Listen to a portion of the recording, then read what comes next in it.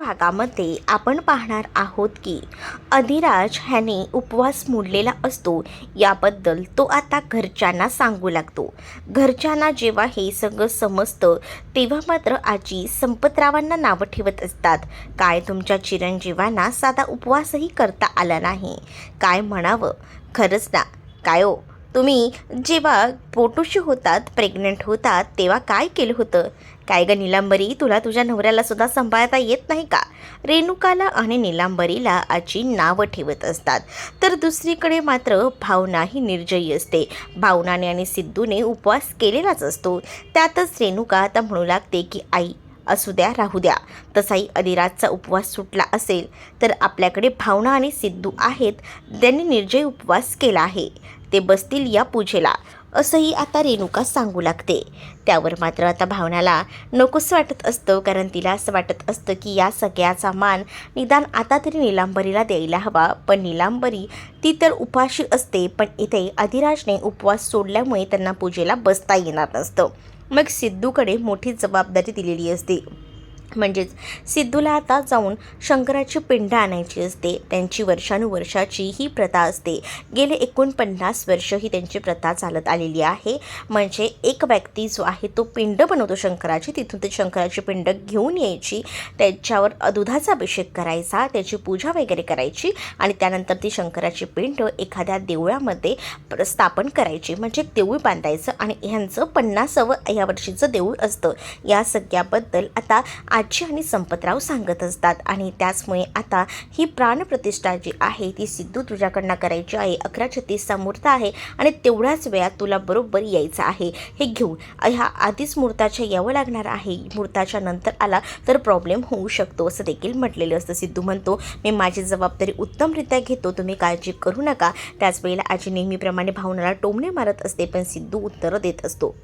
दुसरीकडे वीणाने आता आज महाशिवरात्र असते म्हणून देवासमोर दिवा लावलेला असतो आणि तो दिवासुद्धा तेवत तिने ठेवलेला असतो. जेव्हा देवा ती तेवत तसाच ठेवून देते ना, तेव्हा मात्र आता आरती जी आहे ती तिला सगळं सांगते. मग आता इथे असणाऱ्या जयंतलाही वाटतं की आपण आहे ना देवाकडे प्रार्थना करावी, देवाची पूजा करावी आणि देवाची पूजा करून देवासमोर मागावं की आज आपली जानू जी आहे ती आपल्याला पुन्हा भेटेल, अशी कुठेतरी त्याला आशा असते. पण जरी जानू पुन्हा भेटली ती घरातल्या सगळ्यांनाच सत्य सांगेल आणि मग मग मला या घरात यायला भेटतंय की नाही अशी थोडीशी शंका असते. आणि म्हणूनच तो घरातच सगळीकडे फिरतो, देवाचे आशीर्वाद घेतो. आजीच्या सुद्धा पाया पडायला तो गेलेला असतो. वीणाला थोडं वेगळं वाटत असतं, जसं तिकडे जानू सगळ्यांसोबत निर्वानिर्वीचं बोलत असते. अगदी इथे जयंतसुद्धा तसंच थोडंफार बोलत असतो. त्यामुळे वीणा विचार करत असते. आता सिद्धू हा बाहेर जायला निघालेला असतो ती शंकराची पिंड आणायला.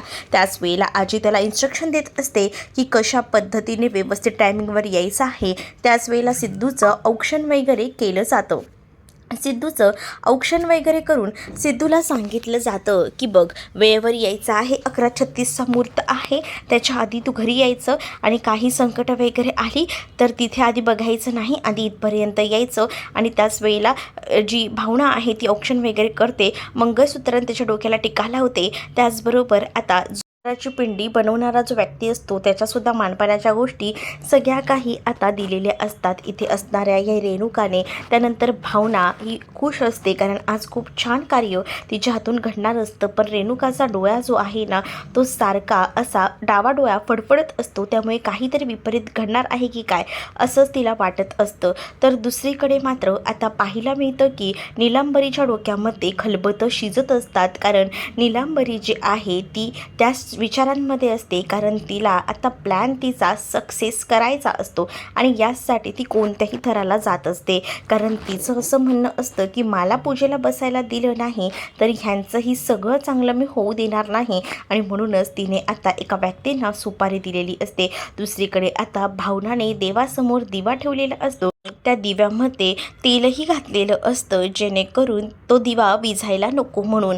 मग रेणुकालाही ते याबद्दल सांगते आणि त्यानंतर रेणुकालाही ती म्हणते काळजी करू नका, आता दिव्याकडे काहीच टेन्शन नाही बघण्याची थोडा वेळ तरी. तेवढ्यातच लक्ष्मी, सिंचना सगळेजण आलेले असतात. सिंचनाचा थोडासा पाय जो आहे तो डगमगतो आणि त्यामुळे आता सिंचना पडणारच असते, पण तिला लक्ष्मी रेणुका सांभाळतात आणि त्याच वेळेला रेणुका ही लक्ष्मीचं कौतुक करते. खरंच ना, तुम्ही आहात ना म्हणून मला खूप जास्त रिलॅक्स वाटतं, कारण सिंचनाची काळजी घ्यायला तुम्ही व्यवस्थितपणे असतातच. आणि त्याच वेळेला सिंचना खाली वाकून आपल्या आईचे पाया पडत असते, पण त्यावेळेला सुद्धा तिला अडवलं जातं की आता असं वाकायचं नसतं, जास्त स्वतःला त्रास करून घ्यायचा नसतो असं देखील आता सांगितलेलं असतं. आणि त्याच वेळेला दुसरीकडे आता पाहायला मिळत असतं की खरंच ना आमची सिंचना खूप जास्त गुणी आहे. भावनानेही खूप जास्त छान असं डेकोरेशन केलेलं असतं, म्हणून लक्ष्मी आणि त्याचसोबत श्रीनिवासांना सुद्धा खूप भावनाचं कौतुक वाटत असतं, कारण तिने ह्या घराला खूप छान पद्धतीने सांभाळलेलं असतं. आता ती लोक तिचं कौतुकही करत असतात, पण नीलांबरी आता खूप जास्त रागात असते. नीलांबरीने ठरवलेलं असतं की अपशकुन करायचा, म्हणजे जो दिवा लावलेला आहे तो विझवायचा, म्हणजे हिच्याकडनं काहीतरी अपशकुन होणार आहे अशी घटना घडून आणायच्या. आणि हे सगळं तिने प्लॅनिंग करून व्यवस्थितपणे केलेलं असतं.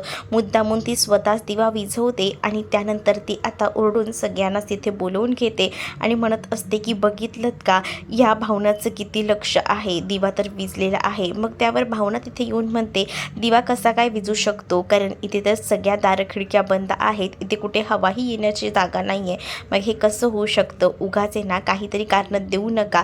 आणि हे सगळं कोणी केले, काय केले हेही ती असतं भावनाला. आणि त्यामुळेच आता भावना सरळ बोलते की आपल्या घरात आज काही मला भांडण्याचा मूड नाही आहे, कारण आपल्या घरामध्ये आज कार्यक्रम आहे आणि त्यामुळे प्लीज उगाच वाद वाढवू नका. आणि सिद्धिराज ना सुखरूप घरी येणार आहेत पिंड घेऊन, त्यामुळे उगाच ना यामध्ये काही प्रॉब्लेम क्रिएट करू नका. मी आता हे बघा पुन्हा दिवा लावते. आणि असं बोलून भावनाने पुन्हा एकदा दिवा लावलेला असतो आणि त्यामुळेच ना आता काहीच बोलण्यासारखं नीलांबरीकडे उरलेलं नसतं, कारण नीलांबरीला आता चांगलाच उत्तर ना भावनाने दिलेलं असतं. भावना आता सगळ्या घरावर हुकूम गाजवत असते आणि हे सगळं बघून खरं तर ना इथे असणारे हे श्रीनिवास आणि लक्ष्मी दोघंही जण चकित होतात. दुसरीकडे आता ती पिंड बघून खूप जास्त सिद्धू खुश झालेला असतो आणि जी पिंड घडवलेली असते त्या व्यक्तीला आता तो मानपान वगैरे देतो आणि त्याचे आभार मानत असतो. आता ही शंकराची पिंड वगैरे घेऊन सिद्धू जो आहे तो पटकन जायला निघतो, म्हणजे सिद्धूचे मित्र जे आहेत ते अर्धे गाडीवर, तर सिद्धू हा त्याच्या बाईकवरून पुढे जायला निघतो. दुसरीकडे विश्वा हा सुद्धा आलेला असतो आणि भावना जेव्हा बघते तेव्हा भावना खूप जास्त खुश होते आणि विश्वाला म्हणते अरे मी तुला तर फॅमिलीसोबत यायला सांगितलं होतं मुक्का की तुम्ही आलात, मला बरं वाटलं. तर मग अरे विश्वा तू आणि भावना ओळखता का. मग इथे ललितासुद्धा चकित झालेली असते आणि त्यावेळेला विश्वा आपल्या आईची ओळख करून देतो आणि म्हणतो की भावनाताई ही ना माझी आई आहे. बापरे काय कोइन्सिडन्स आहे, ह्यांना आधीही मी भेटले होते आणि आताही. खरंच खूप भारी वाटते आज तुम्हाला एकत्र बघून. आणि मला माहीतच नव्हतं की विश्वा ही तुझी आई आहे. पण विश्वा तू कसं ओळखतोस हिला. त्यावर विश्वा सांगतो की माझी कॉलेजची मैत्रीण आहे ना तिची ही बहीण आहे असंही सांगितलं जातं. आणि ती गोष्ट ऐकून आता तिलाही बरं वाटतं आणि त्यावेळेला सईची सुद्धा तो ओळख करून देतो. पण सईला सुद्धा आता ती बरोबर ओळखत असते आणि सईला ओळखल्यामुळेच ना आता भावनाला खूप बरं वाटतं. सिद्धू कुठे आहे हे विचारलं जातं. सिद्धू पिंड आणायला गेला आहे, तोही लवकरच येतोय असंही सांगितलं जातं. सिद्धू आता पिंड वगैरे घेऊन घरी यायला पुन्हा एकदा निघालेला असतो. त्याचसोबत त्याचे मित्रही त्याच्या बरोबरीला असतात. इकडे आता सगळीजण बाहेर बसलेली असतात. खूप छान असं डेकोरेशन केलेलं असतं. संतोष विना सगळेच हजर असतात. आता संतोष म्हणत असतो की मला द्या खायला, काही माझा काही उपवास वगैरे नाही आहे. विनाने निर्जयी उपवास ठेवलेला असतो आणि तेवढ्यातच आता जयंतला सुद्धा दिलं जातं, पण जयंत म्हणतो की मला नको आहे, माझाही उपवास आहे, मीही निर्जयी उपवास केला आहे. मग आता त्याला विचारलं जातं की तुम्ही का जयंतराव निर्जयी उपवास केला आहे. त्यावर आता तो सांगत असतो की मला जानू हवी आहे आणि जानूला मिळवण्यासाठी मी काही करू शकतो, कारण जानू ही जिथे कुठे असेल तिथे एकदम सुखात असायला हवी, आनंदात असायला हवी आणि त्यासाठी मी हा उपवास धरला आहे. जयंताचं इतकं प्रेम बघून जानू तर आता एकदमच चकित पडलेली असते. जानू विचार करते की किती ना हा जयंत मनापासून प्रेम करतो. दुसरीकडे आता जिथे सिद्धू निघालेला असतो तर सिद्धूच्या मागे आता सुपारी दिलेले गुंड असतात. म्हणजेच निलांबरीने सुपारी दिलेली असते. सिद्धूच्या गाडीला मध्येच अडवलं जातं आणि मग सिद्धूला गाडीवरनं खाली पाडलं जातं. सिद्धू तिथे असणाऱ्या चिखलामध्ये पडतो आणि सिद्धूच्या अंगाला पूर्णपणे चिखलाचे डाग लागलेले असतात. तर ते गुंडसुद्धा हातात बांबू वगैरे घेऊन उभे असतात आणि त्याच वेळेला आता ते सिद्धूला मारहाण करायला पुढे येत असतात. सिद्धू त्यांना स्वतः सांगतो की माझ्याबरोबर नादी लागू नका, पण ते गुंड त्यांना सुपारी दिलेली असते त्यामुळेच ते आता कामही करत असतात. तर दुसरीकडे आता पाहायला मिळत असतं की भावनाने रूम ठेवलेली असते आणि त्या रूममध्येच आता तिथे आजोबांना बसवलं जातं आणि विश्वाही तिथेच बसलेला असतो. पण भावनाला ना आजोबांना बघून ना असं वाटतं की ह्यांना याआधीसुद्धा ती भेटली आहे. म्हणूनच आता ती विचारते की विश्वा, मला असं वाटतंय ना की तुझ्या आजोबांना याआधीसुद्धा मी कधीतरी भेटली आहे. विश्वा म्हणतो की जानूसुद्धा नेमकं मला असंच म्हणाली होती की हीसुद्धा कधीतरी आजोबांना भेटली आहे म्हणून, पण मी तिला कसं तरी समजवलं. ना म्हणते की जानू कधी भेटली होती आजोबांना. मग तो म्हणतो की मी ना जेव्हा कॉलेजमध्ये असायचो ना तेव्हा सगळे कॉलेजचे फ्रेंड एकदा घरी आले होते, तेव्हा जानूही आली होती, तेव्हा भेट झाली होती. अच्छा असं आहे का, मला नाही आठवत कधी घडलं होतं काय होतं. त्यानंतर आता भावना जी आहे ती बोलते की चल मी तुला साऊंड सिस्टम वगैरे कुठे आहे ते सगळं काही दाखवते आणि तेवढ्यातच ना तिथे येते आणि ती म्हणते की मी तुझ्या सासूबाईंना भेटली, खरंच खूप छान आहेत त्या, बोलक्या आहेत. तुझे आईवडील पण आले आहेत का तिथे. हो हो आलेत नाही बाबासुद्धा. हा थांबा मी तुम्हाला भेट घडवून देते. आणि तेवढ्यातच ना तिला काम येतं, कारण विश्वाने साऊंड सिस्टम मागितलेला असतो, त्याला भेटत नसतो. मग ती म्हणते की एकच मिनटा काकू मी आली पटकन, आणि असं बोलून ती लगेच ते दाखवायला जाते. आणि तेवढ्यातच तिकडे लक्ष्मी आलेली असते. लक्ष्मीला बघून खूप जास्त आनंद इथे असणाऱ्या ललिताला होतो. ललिता म्हणत असते की इथेही आपली भेट झाली बघा. म्हणजे काय, माझ्या ना या मुलीचं सासर आहे ना म्हणूनच मी आली. काय म्हणजे भावना ही तुमची मुलगी. हो हो भावना ही माझीच मुलगी आहे. काही ना खरंच ना म्हणजे कशा भेटी होत आहेत ना आज, मला कळतच नाही आहे किती छान घडते आज सगळं काही. मग आता लक्ष्मी ही विचार करते की तिने ठरवलं होतं की ह्या कुटुंबामध्ये नक्कीच ही लोकंसुद्धा येतील, माझी माहेरची माणसंही भेटतील, आणि अगदी तसंच होतं आहे. आणि त्यामुळे तिला ना एकदम असं मन तिचं हळवं झालेलं असतं. दुसरीकडे आता की जण घड्याळाकडे बघत असतात, कारण जवळजवळ 11:20 होत आलेले असतात आणि तरीसुद्धा अजून सिद्धू काही पोचलेला नसतो. सगळी तयारी झालेली असते. गुरुजीही म्हणतात की काय झालं, कुठे राहिलेत, वेळ होत चाललेली आहे, चला पटकनी बोलवून घ्या, कारण जर वेळेवर पिंड आली नाही तर पुन्हा प्रॉब्लेम होऊ शकतो. बोलवा कोणाला ते लवकर, अजूनही तुम्ही आले नाही आहेत. कसं तुम्ही कोणत्या माणसाला पाठवले, जरा जबाबदार माणसाला पाठवायचं होतं ना. जबाबदार माणसाला पाठवलं असतं तर आज ही वेळ आली नसती असंही म्हटलं जातं.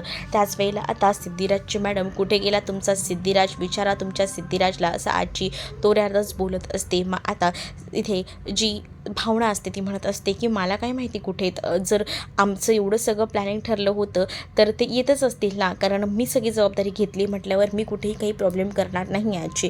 आणि राहिला प्रश्न त्यांचा यायचा तर कुठेतरी ट्रॅफिक लागलं असेल, काहीतरी इश्यू झाला असेल म्हणून थांबले असतील, पण येतील, मला पूर्णपणे खात्री आहे, असं देखील आता सांगितलं जातं. आणि त्यामुळेच ना आता भावनासुद्धा कंटिन्यू कॉल करत असते, पण भावनाचा कॉल जो आहे तो लागत नसतो सिद्धूला, आणि त्यामुळे टेन्शन आलेलं असतं. काय करावं खरंच ना ह्या मुलाचं, हा कुठे असेल, कुठे अडकला तर नसेल ना, अशा शंका ना येत असतात. तेवढ्यातच आता विश्वा देखील आलेला असतो. विश्वा विचारतो की काय झालं आहे, काही प्रॉब्लेम आहे का. तर विश्वाला भावना सांगू लागते की बघ ना, मी ह्यांना कॉल करते पण हे कॉलही रिसीव्ह करत नाही आहे, तुला माहिती आहे का, मोबाईलला चार्जिंगसुद्धा फुल आहे, तरीसुद्धा काय प्रॉब्लेम झाला आहे. त्यावर विश्वा म्हणतो काळजी करू नकोस भावनाताई, मी पटकन जातो आणि बघतो नेमकं काय झालं आहे ते. आणि असं बोलून तो आता निघालेला असतो. दुसरीकडे आता सिद्धूला खूप जास्त ते गुंड मारत असतात, तर त्या गुंडांनासुद्धा सिद्धू चांगलाच धुवत असतो, चांगलीच त्यांची हाल करत असतो, त्यांना चांगलाच वटणीवर आणत असतो.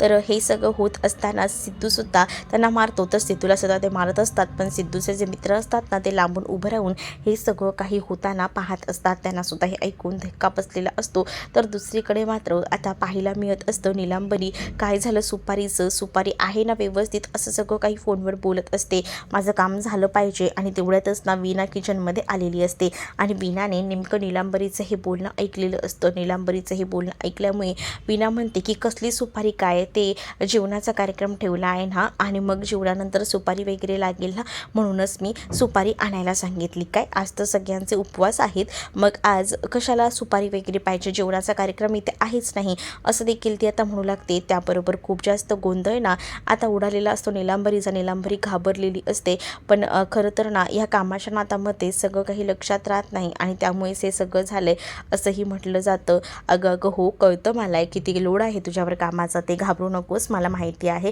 असं बोलून आता ती कशी तरी बाजू सावरून घेते. दुसरीकडे सिद्धू आता त्या गुंडांना एकटा काफी पडत असतो. त्या गुंडांना चांगलाच दम देतो आणि त्यांच्यावर चांगलाच वार करतो आणि त्यामुळेच ना ते गुंडसुद्धा इकडनं उठून तिकडे असे पळ काढत असतात, कारण सिद्धूने त्यांची चांगलीच आता दमछाक करून ठेवलेली असते. दुसरीकडे नीलांबरी समोरून गिफ्टचे बॉक्स घेऊन येत असते आणि इथे असणाऱ्या या संतोषचं लक्ष नसतं आणि त्यामुळे संतोषचा हात जो आहे तिथे असणाऱ्या त्या नीलांबरीच्या गिफ्टला लागतो. गिफ्ट सगळे खाली पडतात आणि त्यामुळेच आता संतोषला नीलांबरी ओरडत असते की काय तुमचं लक्ष नाही आहे का, माझ्या हातात बॉक्स होते, मला पुढचं दिसत नव्हतं, निदान तुम्हाला तर दिसत होतं ना. मग आता पुन्हा त्यांचं तू मेमे सुरू होतं.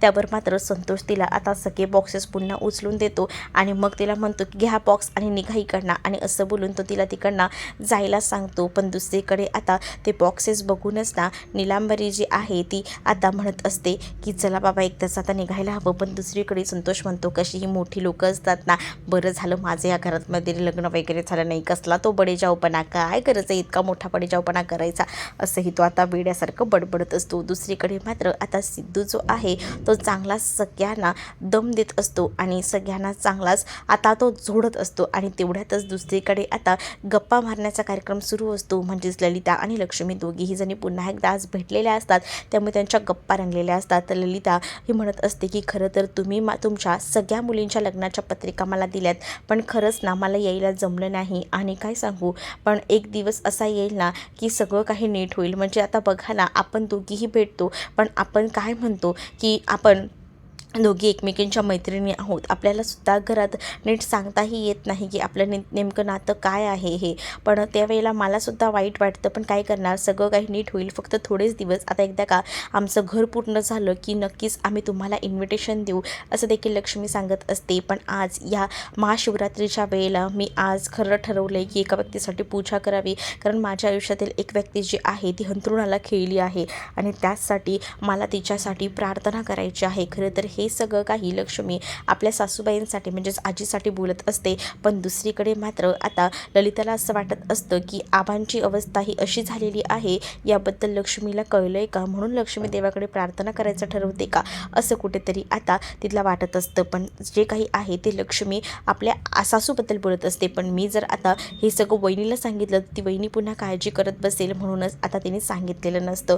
इथे सिद्धूला टाईमवर पोचायचं असतं, पण हे गुंड मुद्दामून आता भांडणं करत असतात, मारामारी होत असते. पण तरीसुद्धा सिद्धू त्यांना चांगलाच तिकडे तोल टाकून तिकडनं निघायचा प्रयत्न करत असतो. पण ते गुंड काही सिद्धूला मुद्दामून जाऊ देत नसतात, त्याच्या वाटेत आडवं येतात आणि त्याला आता थांबवायचा प्रयत्न करत असतात. जानू आता गाडीमध्ये बसलेली असते आणि गाडीमध्ये बसलेली असताना जानूला आता असं वाटत असतं की विश्वा का नाही आला, विश्वाचा कॉलही लागत नाही आहे, विश्वाने मला इथं बसून राहायला सांगितले, गाण्याच्या प्रोग्रामची वेळ झाली आणि तरीसुद्धा एवढं हे. मग आता जानू गाडीतून उतरते आणि त्यानंतर तिला आठवतं की नाही, आपण गाडीतून उतरलो आहोत, ही चूक तर नाही केली ना, कारण आपल्याला विश्वाने सांगितलं आहे की गाडीतून उतरायचं नाही म्हणून. मग ती पुन्हा इकडे तिकडे बघते, डोक्यावर पदर घेते आणि पुन्हा एकदा गाडीत जाऊन बसते. दुसरीकडे जयंतसुद्धा आता तिथेच असतो आणि बाहेरच फेऱ्या मारत असतो आणि त्याच वेळेला तोही म्हणत असतो की जानू मला इथेच भेटणार आहे का, पण माझी जानू कुठे असेल, काय असेल, असे एक अनेक विचार ना तिच्या डोक्यामध्ये येत असतात आणि त्यामुळेच ना आता तो बाहेर उभा राहूनच या सगळ्याबद्दल विचार करत असतो. तर तुम्हाला भाग कसा वाटला कमेंटमध्ये नक्कीच सांगा. अपडेट पाहण्यासाठी चॅनलला सबस्क्राईब